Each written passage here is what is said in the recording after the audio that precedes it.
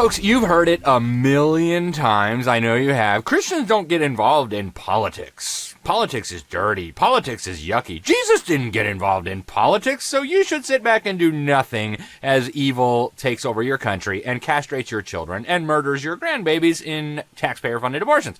We've all heard it. I know we have, because it is absolutely ubiquitous, especially among conservative Christians. But our next guest, my friend Neil Mammen, he's got an incredible book that will lay to rest forever this ridiculous lie from the pit of hell. It's called Jesus Was, no scratch that, is involved in politics. Why aren't you? Why isn't your church the only way to a happier, healthier, safer, and mutually prosperous America? Folks, I read a lot of books, and I don't say this about a lot of books, but this is a must-read. Neil, welcome to the program. Thank you very much for joining us today.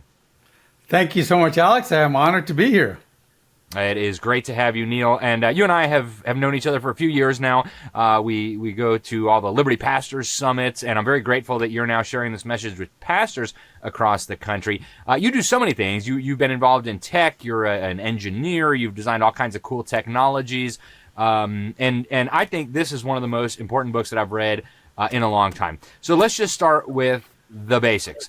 Should Christians be involved in politics, and was Jesus involved in politics?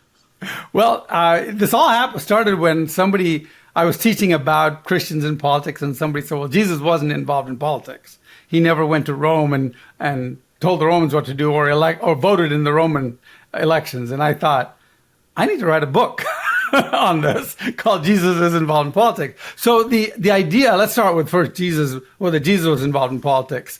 And if he was, then maybe we should be too, right? We're supposed to emulate him. Well, it turns out that, he wasn't going to get involved in Roman politics because he wasn't a Roman citizen. I mean, and I always give the example, while we were governing Iraq, could an Iraqi citizen come and vote in our election, or could they come and get our politicians to do something?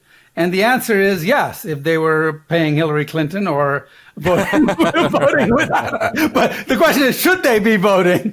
Right? And the answer is no, they shouldn't be voting. They shouldn't be involved in our politics. And the same way, Jesus could not be involved with the Romans because the Romans were governing Judea. So now the question is, did the Romans run? I mean, you always have to have politics. And so after the Romans took over Judea, did they run it with the political system? Well, no, they couldn't, because they had 100 different countries. They didn't even have enough soldiers. They were hiring mercenaries from one country to to control another country. And so in the same way, when we were governing Iraq, there was no way we could do all the local politics. So you keep the local systems in place. And we saw that with the Iraqi elections and all those other things. So in the same way, the Romans kept the Jewish system, the Judean system in place.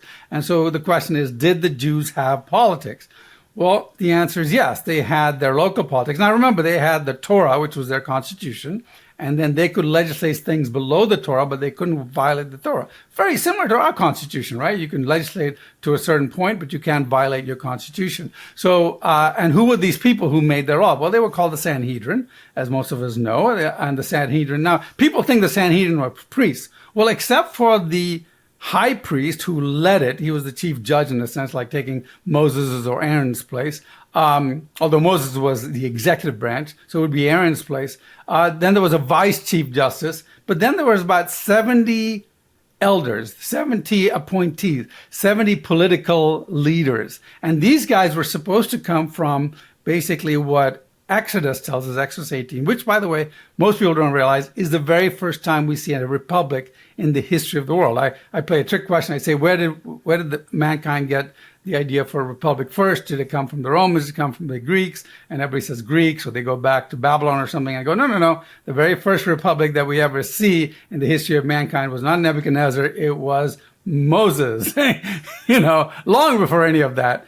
And it was in Exodus 18 where it says every 10 families were supposed to appoint one, who was then supposed to appoint 50, who was supposed to 100, and goes all the way to the top. And so this was their election system. And right at the top, these were not Levites. Right at the top, these were other judges or elected people who would make their laws. So these were the Sanhedrin. They were not Levites. So there could be anything. So the question is, who were these people, and did Jesus ever talk to them? And hopefully everybody listening is about 10 seconds away ahead of me right now. Who were these people? Well, of course, they were the Pharisees and the Sadducees. And suddenly we realize that Jesus' senators, Jesus' representatives, were the Pharisees and the Sadducees, and he talked to them all the time. In fact, you can't even preach the gospel without quoting what Jesus said to Senator Nicodemus, right? You should love the Lord. I mean, you can't be, unless you're born again, you can't see the kingdom of God, right? And so it says, we realized that Jesus was talking to these people. And then I always make this joke. I go, well, but he was always nice to them, wasn't he? He would never call them dirty pit of vipers, you stinking graves, who will save you from hell? No, he was involved in them on a daily basis. And so we see that if Jesus was involved in politics, we should be involved in politics. Let me go one step further. Remember what the very first Republican system ever set up was Moses, and we copied that for our Republican system. And in that system, 1 in 10 people was supposed to be an appointed position of leadership. So I always say, go to church on Sunday, count down. If you see 9 people in your row and none of them are politicians, you need to be the one. Yep. And Neil, you also make a really important point in your book that you didn't mention right now, and that's that even if Jesus wasn't involved in politics, which I think you just proved absolutely conclusively that he was, but even if he wasn't, that doesn't mean we shouldn't be involved in politics necessarily. Absolutely. Jesus didn't get married, as you say in your book, and yet we are encouraged to get married and have children and all of that good stuff. So, this is a really, really important book here that I think every Christian who reads it will come away understanding that, oh, wow, we have been duped massively. Jesus absolutely was involved in politics. Neil, one of the things that you argue very strongly in your book is that we should, in fact, be legislating morality, contrary to this popular fake wisdom that, oh, no, we don't want to impose morality on anybody. You make the point that everybody is always imposing morality through the government. Yep. The question is, whose morality are we going to impose? And you make a very good case that, we don't want a theocracy, but we do want God's moral laws to be legislated for the benefit of our friends and neighbors and people around us because we love them. Talk a little bit about that. I know you spent chapters and chapters on this, apologetics, it's excellent, but give us the short version. Why should we want to impose biblical morality on others? And how should we make those arguments to people? So the primary thing is that we should understand, why did God give us the laws? He gave us the laws not to protect himself. He's not going up saying up there, oh, no, you violated the Sabbath, I'm feeling hurt, right? It's for our own good. Don't blaspheme. It's for our own good. But if you look at the laws, they're broken up into 2 sets. And this is obvious. We know this. The first 4 are love the Lord your God, or first 3, depending on how you separate them. But the last 6 are basically love your neighbor as yourself. Be good to them. Don't kill, don't steal, don't lust, all that stuff. So it's really love the Lord your God and love your neighbor. So the love your neighbor part, why does he do that? He does that because he doesn't want us to hurt each other. Just like a mom, don't hit your brother. Don't be mean. Don't take his stuff. Yeah, don't take his stuff, And so God he loves his children. He wants us to get along. So every single law is given to protect us. So now the question is, what would happen if we legislate against God's law? If we violate God's law? Well, then we're going to get slavery. We're going to get all these, we're going to get violence. We're going to get murder in the streets. We're going to get all these bad things. So all laws that God has given need to be legislated in our country. And Christians have done that. In fact, I gave you the example of slavery. Over the last 2,000 years, Christian, and I'm just giving a short list. The rest of it, a lot of it is in the book, is we stopped slavery. We stopped gladiatorial combat. We stopped death games, which are 2 different things. We stopped prostitution of young girls. We stopped temple prostitution. We stopped the abandonment of elders in the wild. We stopped baby abandonment. We, in fact, did we stopped child labor. We stopped child sacrifice. Child sacrifice, and also the killing of twins. In Africa, they were killing of twins. And then in India, they would throw a woman on her husband's funeral pyre because the Hindus believed that was a good thing. And so they would kill this young widow because her husband died. And we stopped that. So let me ask you this. At what point should we have said, no, go ahead and kill your women on funeral pyres? It's okay, because who are we to impose God's laws on you, right? I mean, here's the thing. Here's what most Christians don't understand.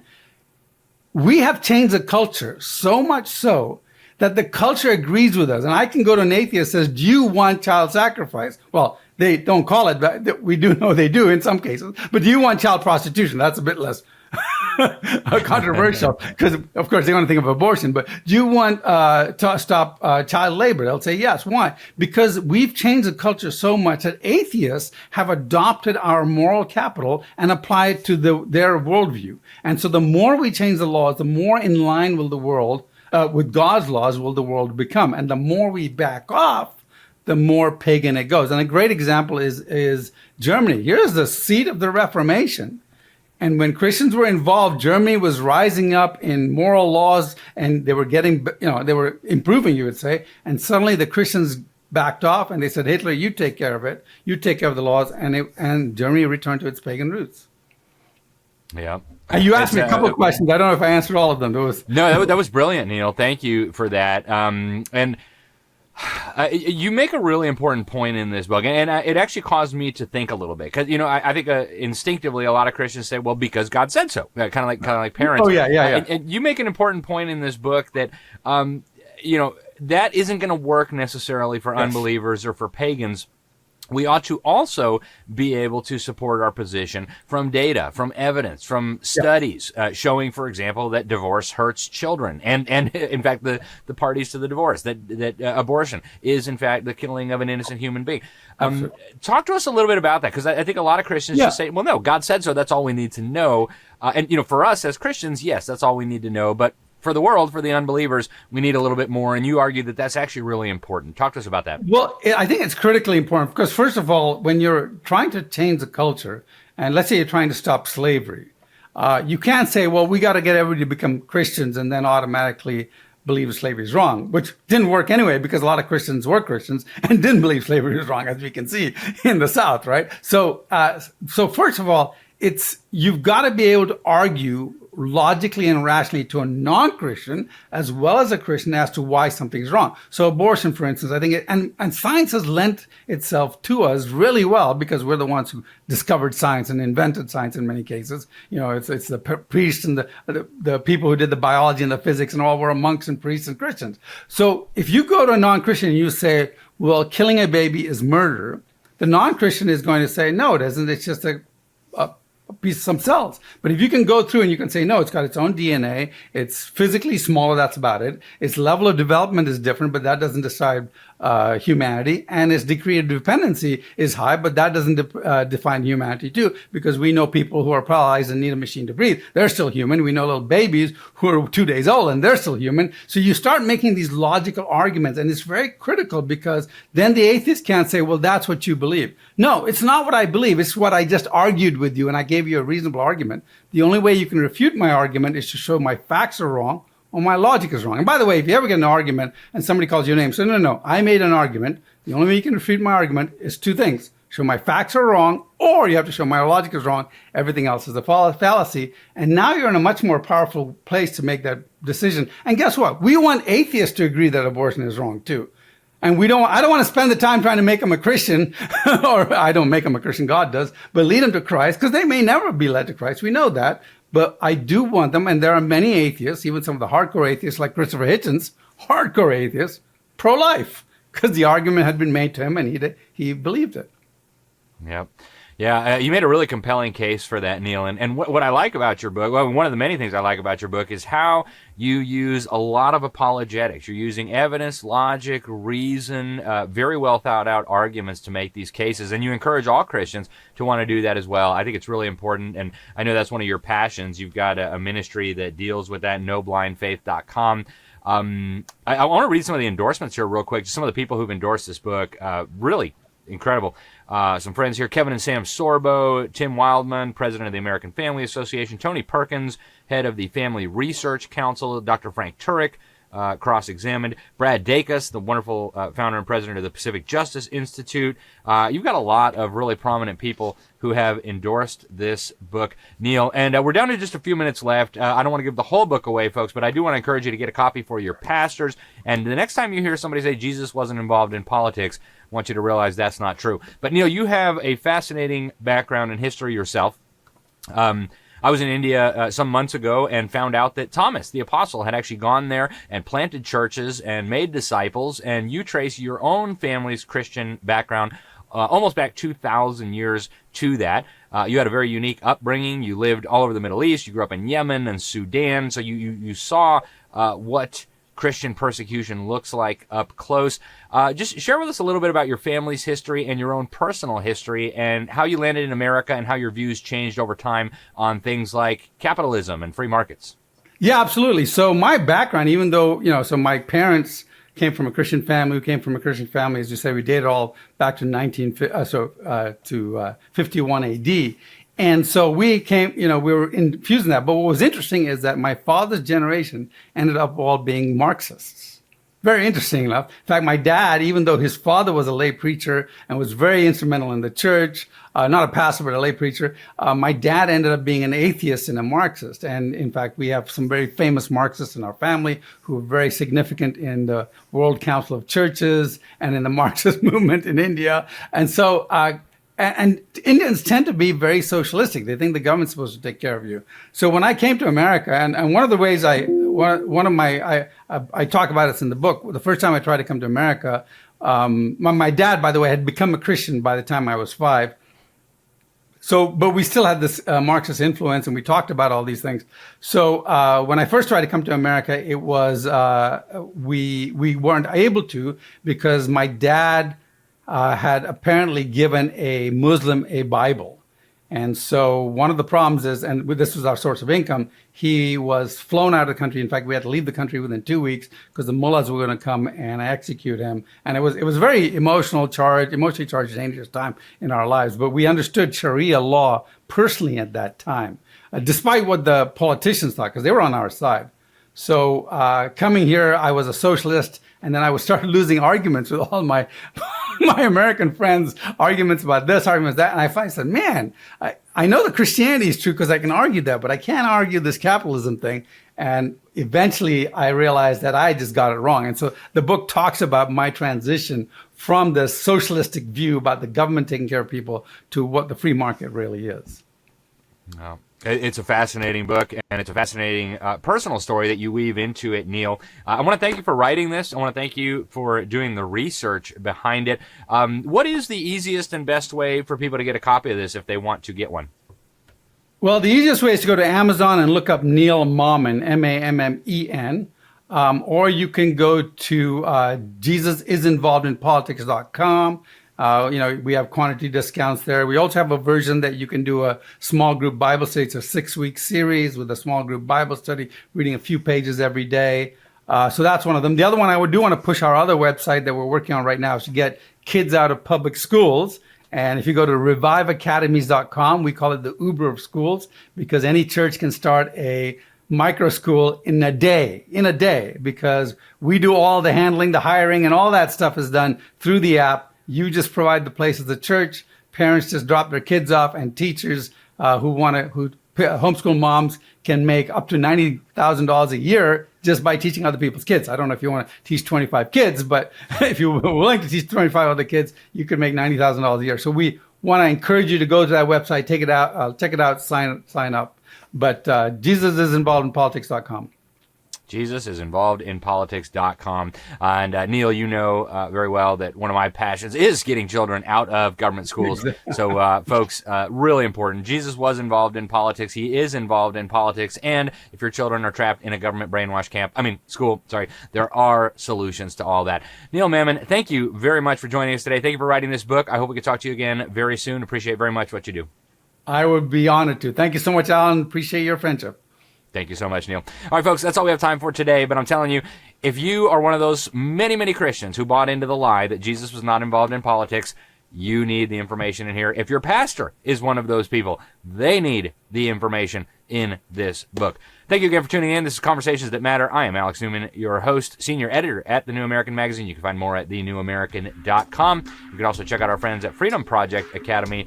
If you are interested in getting your children out of the government schools, there is a lot of reasons to do so. We'll save those for another day. Thank you for tuning in. Until next time, we appreciate you. God bless you all.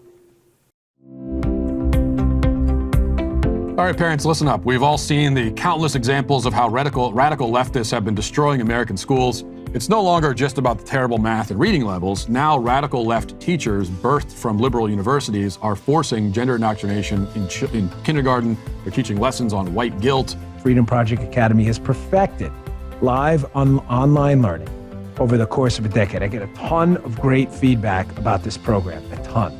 They're built on Judeo-Christian values, a classical curriculum. What does that mean? It means they're taught, your children are taught the way that the founding generations of the country. My own son Noah did Freedom Project Academy for several years when he was younger. The more we tell our friends about these things, the more people will get on board, and I believe that we can be the catalyst to some real change. We must save the West.